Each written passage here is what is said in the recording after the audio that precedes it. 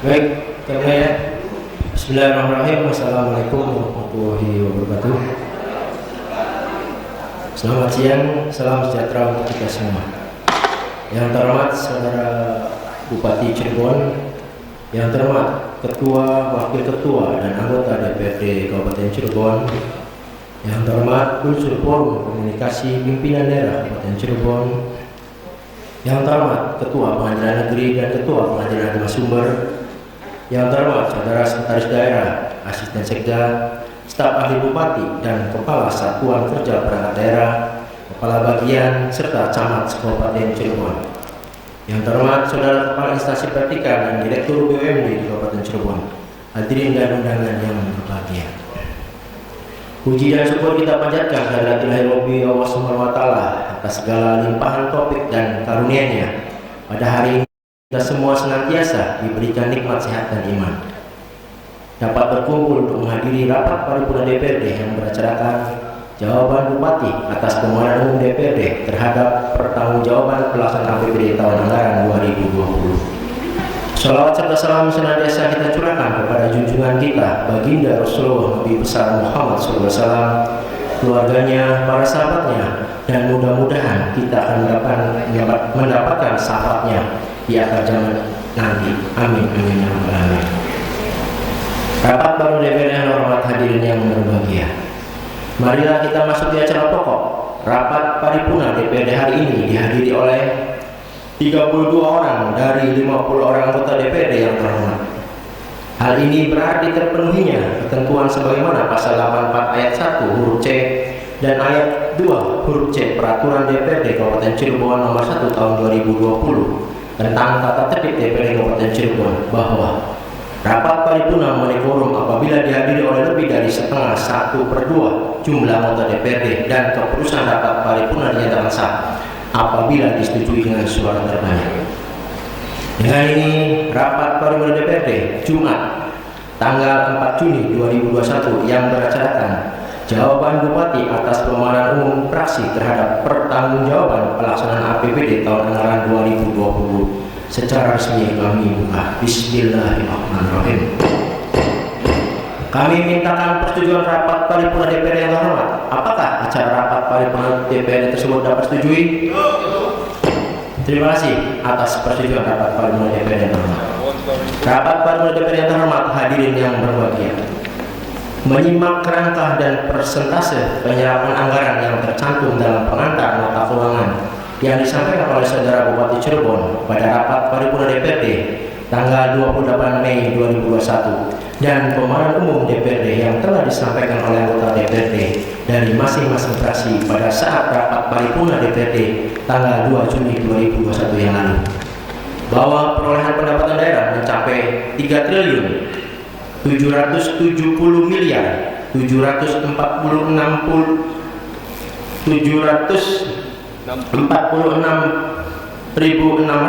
rupiah atau 97,72% dari target pendapatan daerah sebesar 3 triliun 858 miliar 761.615.658 rupiah. Jika dilihat dari realisasi penerimaan pendapatan daerah masih di bawah 100%. Hal ini disebabkan pencapaian realisasi beberapa jenis pendapatan daerah belum sesuai dengan target yang telah ditetapkan. Tentunya ke depan secara bersama-sama kita harus bisa meningkatkan kinerja yang lebih baik sebagai upaya optimalisasi kontribusi PAD dalam meningkatkan kinerja APBD yang mempunyai peran sangat strategis sebagai stimulus pertumbuhan ekonomi regional dan nasional guna mewujudkan kesejahteraan masyarakat dan pemerataan pembangunan di Kabupaten Cirebon. Rapat paripurna DPRD yang terhormat, hadirin yang berbahagia.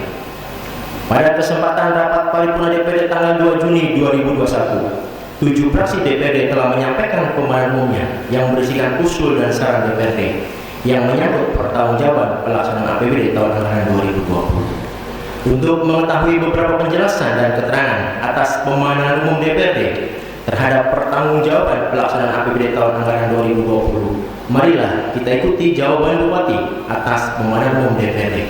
Kepada yang terhormat Saudara Bupati Cirebon, kami persilakan.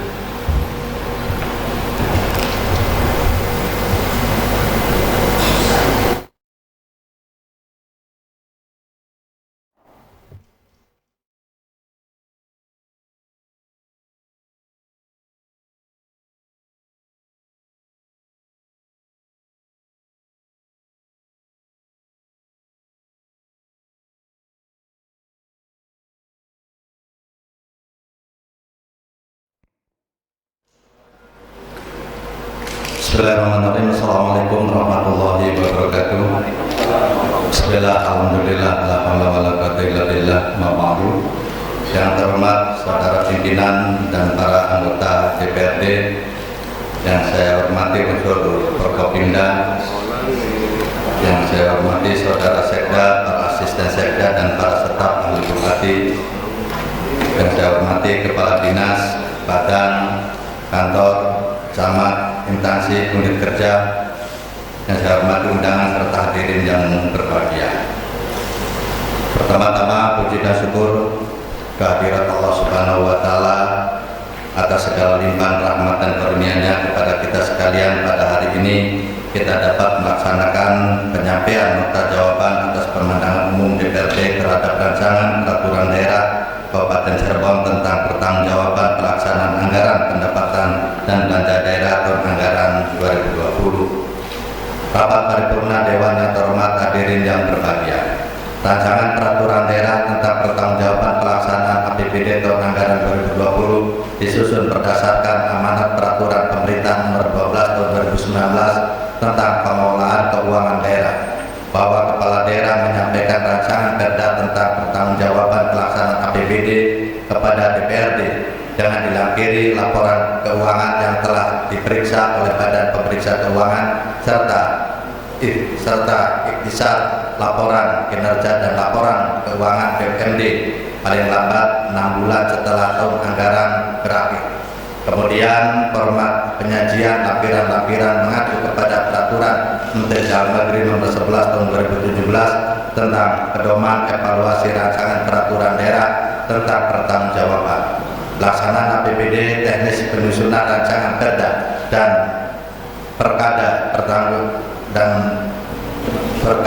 pertanggungjawaban pelaksanaan APBD tahun 2020 melalui aplikasi sistem pengelolaan keuangan daerah.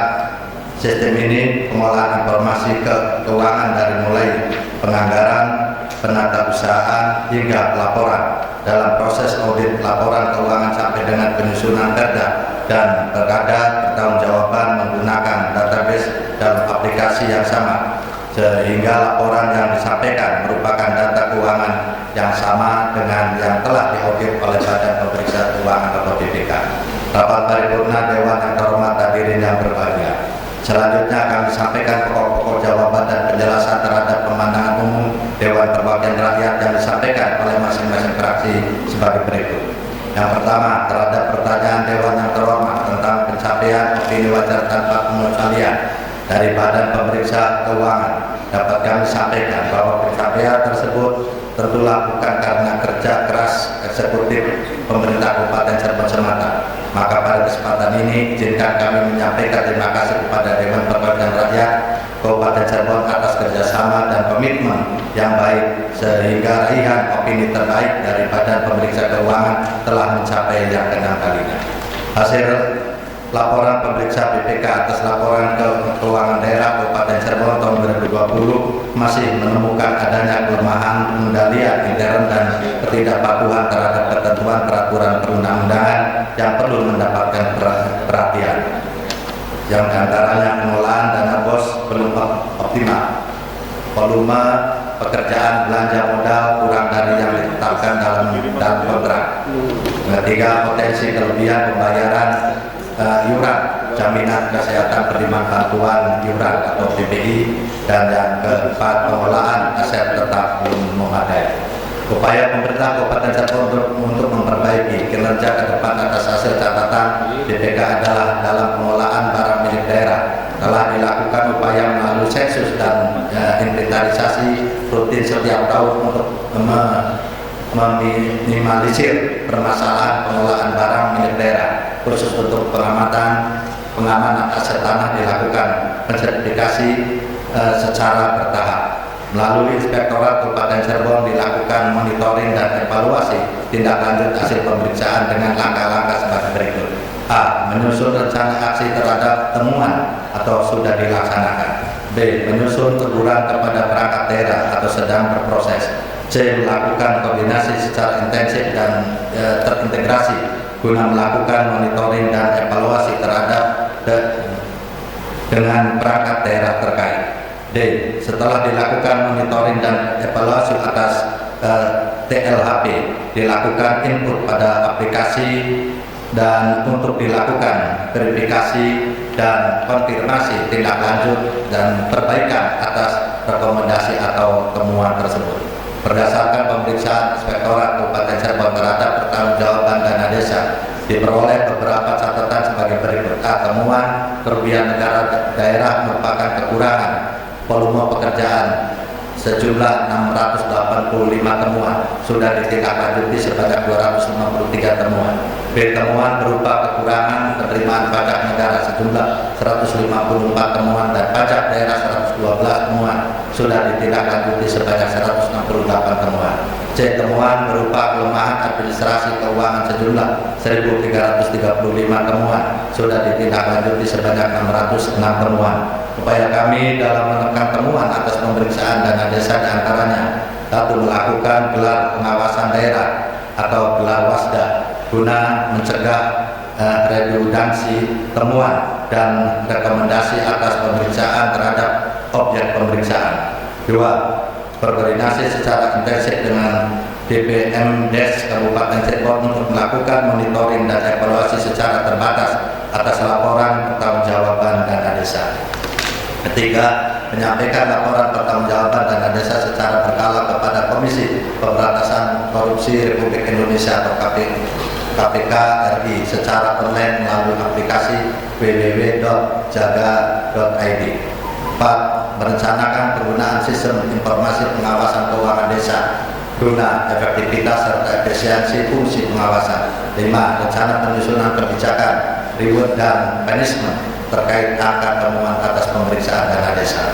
2. Terhadap pertanyaan anggota Dewan yang terhormat tentang sisa lebih penggunaan anggaran atau SILPA tahun 2020, dapat kami jelaskan bahwa atas SILPA hasil efisiensi senilai 234.210 juta rupiah lebih akan dialokasikan di dalam anggaran perubahan dengan berpedoman pada RKPD serta evaluasi target yang belum tercapai pada realisasi APBD murni.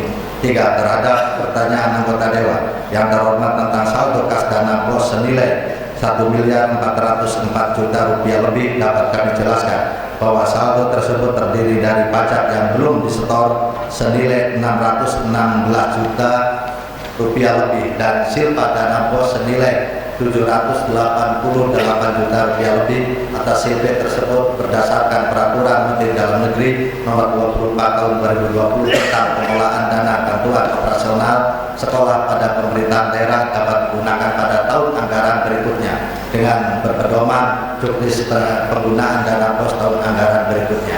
4. Terhadap pertanyaan anggota Dewan yang terhormat mengenai kondisi pembangunan Kabupaten Cirebon dalam masa pandemi COVID-19, bahwa capaian realisasi belanja daerah sebesar 89,09% merupakan salah satu dampak dari pandemi ini. Saat relokasi anggaran dilakukan sepenuhnya untuk menyiapkan belanja penanganan COVID-19, sehingga pada pelaksanaannya sangat tergantung dengan kondisi penanganan COVID-19 di Kabupaten Cirebon. Secara umum COVID-19 ini telah mempengaruhi dan berdampak secara sistemik terhadap dokumen-dokumen perencanaan di Kabupaten Cirebon, terutama target-target yang direncanakan dengan kondisi normal. Salah satu yang paling terpengaruh adalah target laju pertumbuhan ekonomi direncanakan 5-5,5%, realisasinya minus 1,08%. Sehingga dengan semangat terus membangun dan keluar dari kondisi terpuruk dampak COVID-19, pemerintah Kabupaten Cirebon akan melakukan revisi dan penyusunan target-target pembangunan. Data BPS tahun 2020 menyebutkan kemiskinan di Kabupaten Cirebon mencapai 11,24%. Angka ini berada pada ranking kelima termiskin se-Jawa Barat di atas Indramayu, Kuningan, dan Majalengka di wilayah 3. Anggaran refocusing yang diperuntukkan pada penanganan dampak COVID-19 untuk belanja bantuan sosial bagi masyarakat miskin sebagai jaring pengaman sosial dalam menghadapi dampak pandemi COVID-19 serta melakukan upaya melalui program padat karya dan pemberdayaan masyarakat pembatik untuk kembali menggerakkan roda perekonomian dan memberi ruang kepada tenaga kerja untuk dapat kembali beraktivitas dengan senantiasa menjaga protokol kesehatan secara baik. Upaya pemerintah secara konkret dalam menekan laju PHK melalui mediasi dan komunikasi dengan para pengusaha baik sektor jasa maupun industri agar PHK merupakan keputusan yang paling akhir harus diambil sehingga para pekerja masih dapat melakukan aktivitas baik secara sosial maupun ekonomi dalam kondisi terbatas. 5. Terhadap pertanyaan anggota Dewan yang terhormat mengenai pencapaian tujuan pembangunan berkelanjutan Kabupaten Cirebon, dapat kami sampaikan bahwa dari total skor pencapaian SDGs berdasarkan kesiapan di Kabupaten Cirebon memang masih relatif rendah dibanding kabupaten kota lain di Jawa Barat. Namun berdasarkan penilaian SDGs Center Universitas Pajajaran, Kabupaten Cirebon memiliki tujuan dengan proyeksi positif, diantaranya tujuan tanpa kemiskinan. Hal ini salah satunya mencermin dari proporsi penduduk miskin dengan garis kemiskinan $1,90 per hari yang diproyeksikan akan terus menurun dan pada tahun 2030 mencapai 1,42%, skor A, mendekati target 0%. Selanjutnya, Kabupaten Cirebon juga memiliki kesiapan yang cukup baik dalam hal pencapaian tujuan energi bersih dan terjangkau. Hal ini terlihat dari indikator elektrifikasi diproyeksikan akan mencapai 100% pada tahun 2030 dan oleh karenanya mendapatkan nilai A. Ditinjau dari aspek sumber daya manusia dalam SDGs khususnya kesehatan SDGs ketiga dan pendidikan SDGs keempat, Kabupaten Cirebon diperkirakan memiliki kesiapan yang cukup baik. Penyebabnya adalah 9 dari 15 indikator yang digunakan untuk kedua tujuan tersebut mendapatkan nilai di atas B. 9 indikator tersebut adalah angka kematian di bawah 5 tahun skor A, angka kematian skor neonatal skor A, angka harapan hidup saat lahir skor B, angka partisipasi murni tingkat sekolah dasar skor B, angka partisipasi kasar APK perguruan tinggi skor A, GAP T10 B40 partisipasi murni SMA skor B, gender gap penduduk usia 25 sampai 64 tahun SMA skor B, gender gap usia 25-64 tahun dengan pendidikan tersier skor B dan angka melek buruk usia 15-24 skor A. Sedangkan indikator kesehatan dan pendidikan yang masih harus menjadi perhatian Kabupaten Cirebon adalah jumlah korban akibat kecelakaan lalu lintas skor E, penduduk dengan kebiasaan rokok tiap hari di atas usia 15 tahun skor D, rata-rata lama sekolah skor D, penduduk usia 25 sampai 64 tahun dengan pendidikan menengah atas skor E, T10 B40 penduduk usia 25 sampai 64 tahun dengan pendidikan tersier skor B. 6. Terhadap pertanyaan anggota Dewan yang terhormat mengenai penanganan COVID-19 dapat kami sampaikan bahwa kasus COVID-19 sampai dengan tahun 2020 adalah terkonfirmasi sebanyak 3.860 kasus, sembuh sebanyak 2.841 kasus, meninggal sebanyak 234 kasus, diskredit sebanyak 489 kasus, suspek sebanyak 491 kasus. Kondisi pandemi COVID-19 tahun 2020 menyebabkan adanya perubahan asumsi yang sebelumnya telah ditetapkan pada RKPD tahun 2020, APBD tahun 2020 mengalami refocusing dengan mengacu pada aturan-aturan rapat di antaranya.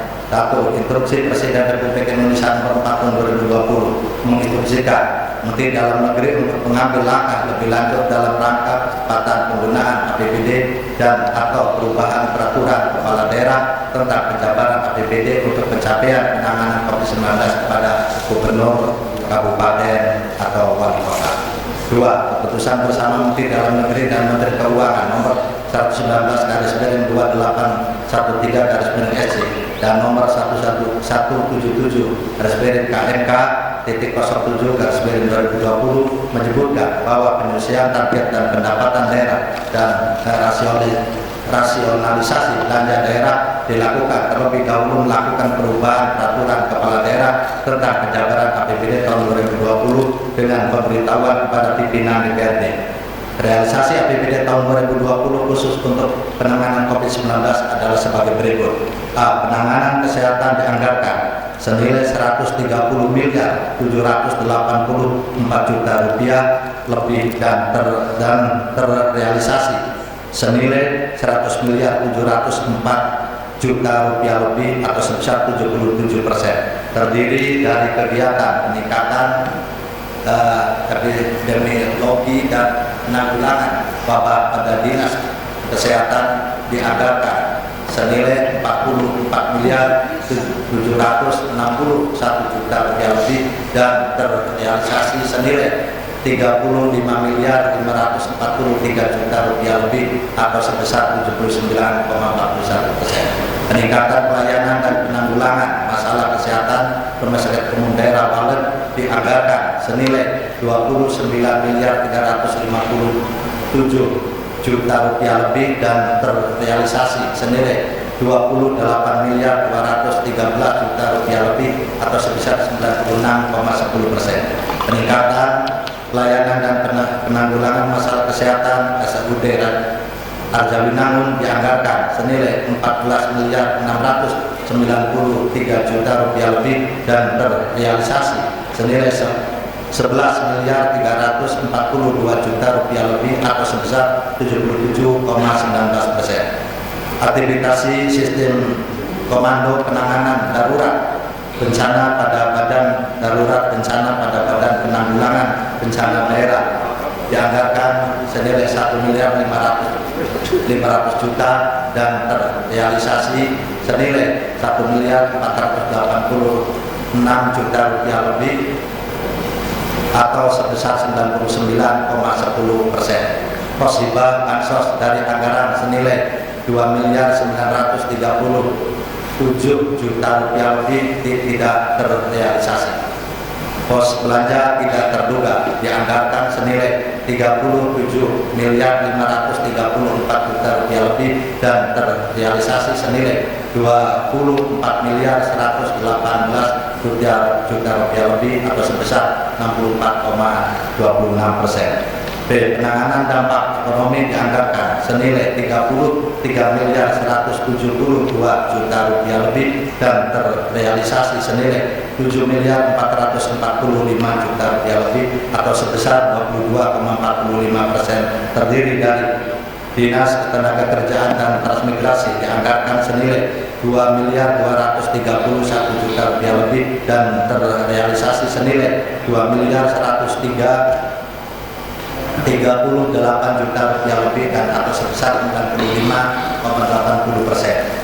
Dinas Koperasi Usaha Kecil dan Menengah dianggarkan senilai 3.207 juta rupiah lebih dan terrealisasi senilai 2.757 juta rupiah lebih atau sebesar 85,97%. Dinas Ketahanan Pangan dianggarkan senilai 1.742 juta rupiah lebih dan terrealisasi senilai 1.722 juta rupiah lebih atau sebesar 98,95%. Dinas Pertanian dianggarkan senilai 725 juta rupiah lebih dan terrealisasi senilai 700 juta rupiah lebih atau sebesar 96,53%. Dinas Perdagangan dan Perindustrian dianggarkan senilai 242 juta rupiah lebih dan terrealisasi senilai 127 juta rupiah lebih atau sebesar 52,64%. Pos belanja tidak terduga dari anggaran senilai 25.023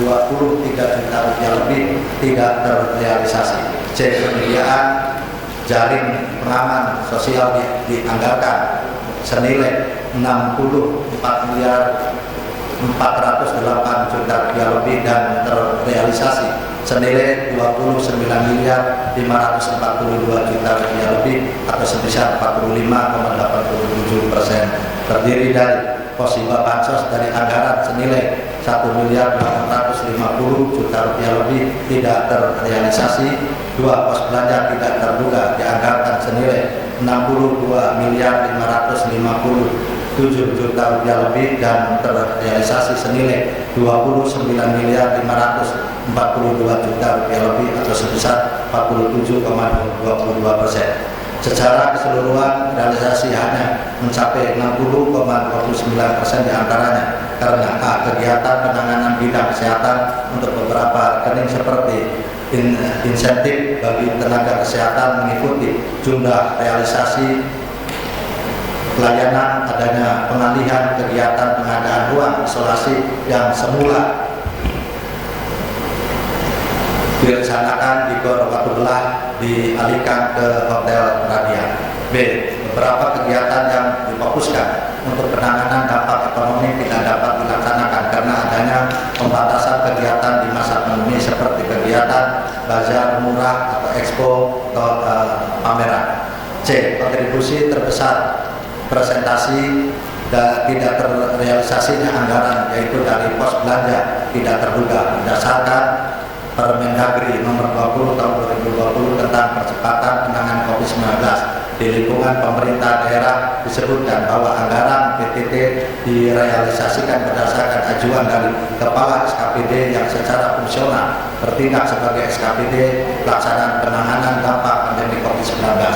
Rendahnya ajuan dari SKPD pelaksanaan dikarenakan beberapa hal seperti banyaknya kebijakan dan peraturan pusat yang belum jelas pengaturan secara teknis serta belum adanya kebijakan daerah yang khusus mengatur tentang petunjuk pelaksanaan untuk dana penanganan COVID-19 yang bersumber dari PTT. Di tahun 2021 diterbitkan peraturan Bupati Cirebon nomor 60 tahun 2021 yang mengatur penganggaran pelaksanaan penata usahaan, pertanggungjawaban dan pelaporan serta monitoring dan evaluasi program tahun 2021. Kami berharap aturan ini memberikan arahan yang jelas dalam rangka percepatan pemulihan ekonomi daerah. Kemudian selain belanja di tahun 2020, pemerintah Kabupaten Cirebon menerima realisasi transfer pusat dan provinsi yang khususkan untuk mendanai kegiatan penanganan pandemi COVID-19 dan dampaknya sebagai berikut. Dana alokasi khusus berupa bantuan operasional kesehatan tambahan senilai 10.171 juta rupiah lebih yang digunakan untuk insentif tenaga kesehatan penanganan COVID-19. B. Dana alokasi fisik cadangan senilai 5.821 juta rupiah lebih pemulihan ekonomi nasional. C. Bantuan provinsi senilai 52.286 juta rupiah lebih yang bersumber dari pinjaman pemulihan ekonomi nasional atau PEN.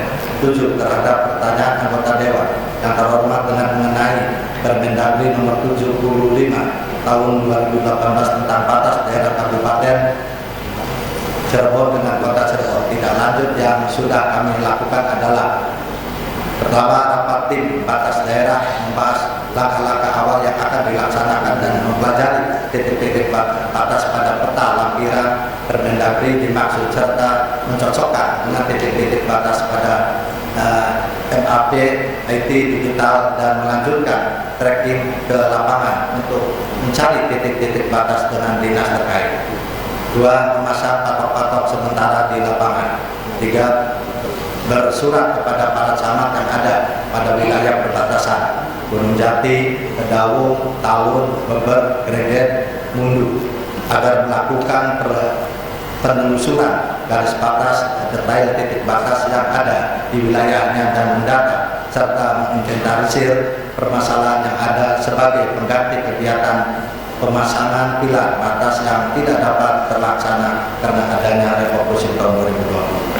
8. Terhadap pertanyaan anggota Dewan yang terhormat dengan mengenai belum optimalnya dalam penguatan sektor pertanian dalam meningkatkan kesejahteraan petani bahwa berdasarkan data yang disajikan pada Badan Pusat Statistik tahun 2020, penduduk Kabupaten Cirebon bekerja di sektor pertanian sebesar 11,06%.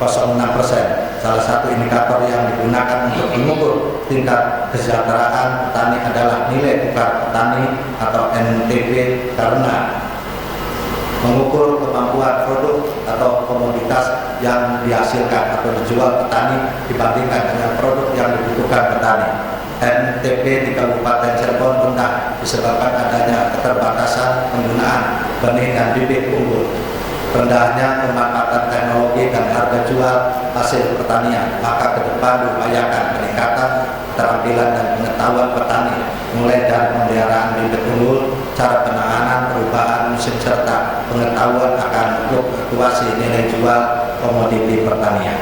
9. Terhadap pertanyaan anggota Dewan yang terhormat mengenai seleksi terbuka untuk JPT Pratama dan asesmen uji kompetisi bagi pejabat JPT Pratama atau administratif fungsional, diantaranya: 1. Total anggaran kegiatan seleksi terbuka JPT Pratama tahun 2020 sebesar Rp362 juta lebih, dan total anggaran kegiatan seleksi terbuka JPT Pratama tahun 2021 sebesar Rp282 juta lebih. Dalam pelaksanaan tahapan seleksi terbuka jabatan pimpinan tinggi Pratama di lingkungan pemerintahan Kabupaten Cirebon, diantaranya: A. Pengumuman seleksi terbuka JPT Pratama, B. Pengumuman hasil seleksi administrasi, D. Pengumuman hasil asesmen, D. Pengumuman hasil akhir tahapan-tahapan tersebut. Dalam setiap pelaksanaannya dipublikasikan melalui media cetak, surat kabar, dan elektronik, web resmi BKP SDM Kabupaten Cirebon. Kegiatan seleksi terbuka jabatan pimpinan tinggi Pratama di lingkungan Kabupaten Cirebon masih dibutuhkan dikarenakan penerapan sistem merit sedang dalam proses penilaian mandiri oleh Komisi Aparatur Sipil Negara atau KASN.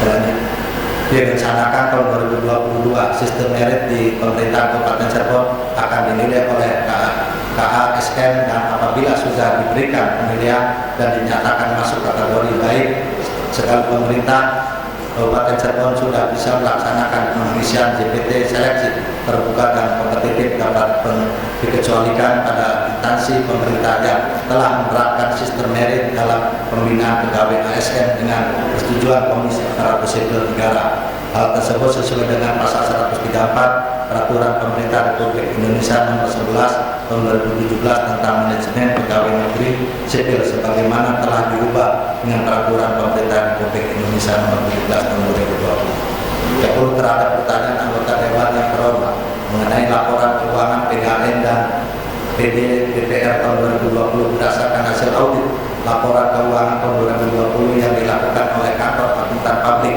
terhadap Perumda Air Minum Tirta Jati Kabupaten Cirebon, Perumda BPR Kabupaten Cirebon, dan PD BPR Astana Japura, seluruhnya mendapatkan opini wajar tanpa pengecualian atau WTP tahun 2020. Perumda BPR Kabupaten Cirebon membukukan laba sebesar 8 miliar rupiah lebih, dan BPR Astana Japura 7 miliar rupiah lebih, dan Perumda Air Minum Tirta Jati sebesar 800 juta rupiah lebih, dalam rangka meningkatkan kinerja BUMD. Strategi yang dilakukan pemerintah Kabupaten Cirebon diantaranya: A. Penguatan tata kelola pemerintah Kabupaten Cirebon, terus mendorong BUMD agar mengimplementasikan good corporate governance. B. Penguatan kelembagaan. C. Penguatan pengawasan secara berkala dengan melibatkan pihak lain seperti otoritas jasa keuangan dan badan pengawasan keuangan dan pembangunan. Kedepan kami mendorong peran aktif BUMD agar dapat berkontribusi dalam pemecahan permasalahan strategis seperti pengentasan kemiskinan, pengembangan ekonomi mikro, serta pelayanan umum kepada masyarakat. Rapat paripurna Dewan yang terhormat, hadirin yang berbahagia. Demikian pokok-pokok jawaban terhadap pemandangan umum yang disampaikan oleh anggota Dewan yang terhormat. Masalah atau pertanyaan yang belum dapat kami jelaskan dalam jawaban pada kesempatan ini kiranya dapat dibahas lebih lanjut pada rapat pembahasan Badan Anggaran DPRD. Semoga penjelasan yang telah kami sampaikan dapat memberikan manfaat bagi kita semua. Kepada kami berharap saran dan masukan yang baik dari anggota Dewan yang terhormat dapat dijadikan dan inputan bagi pemerintah daerah Kabupaten Cirebon dalam upaya peningkatan pelayanan bagi masyarakat. Dan atas perhatian saudara pimpinan dan para anggota Dewan yang terhormat serta hadirin yang berbahagia, kami sampaikan terima kasih. Akhirul kalam, wabillahi taufiq wal hidayah. Assalamualaikum warahmatullahi wabarakatuh.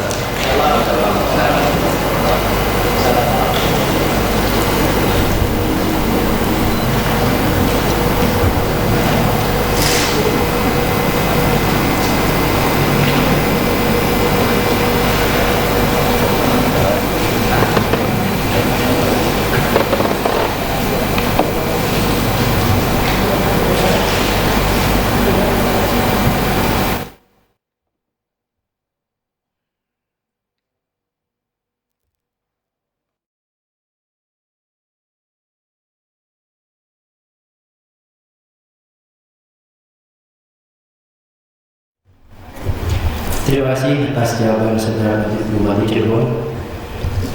Mengingat pembahasan pertanggungjawaban pelaksanaan APBD tahun anggaran 2020 telah terpenuhi dan semua permasalahan yang disampaikan dalam pembahasan umum DPRD secara keseluruhan telah dapat terangkum dalam jawaban Bupati, maka kami tawarkan, apakah perlu dibuka pembahasan umum babak kedua?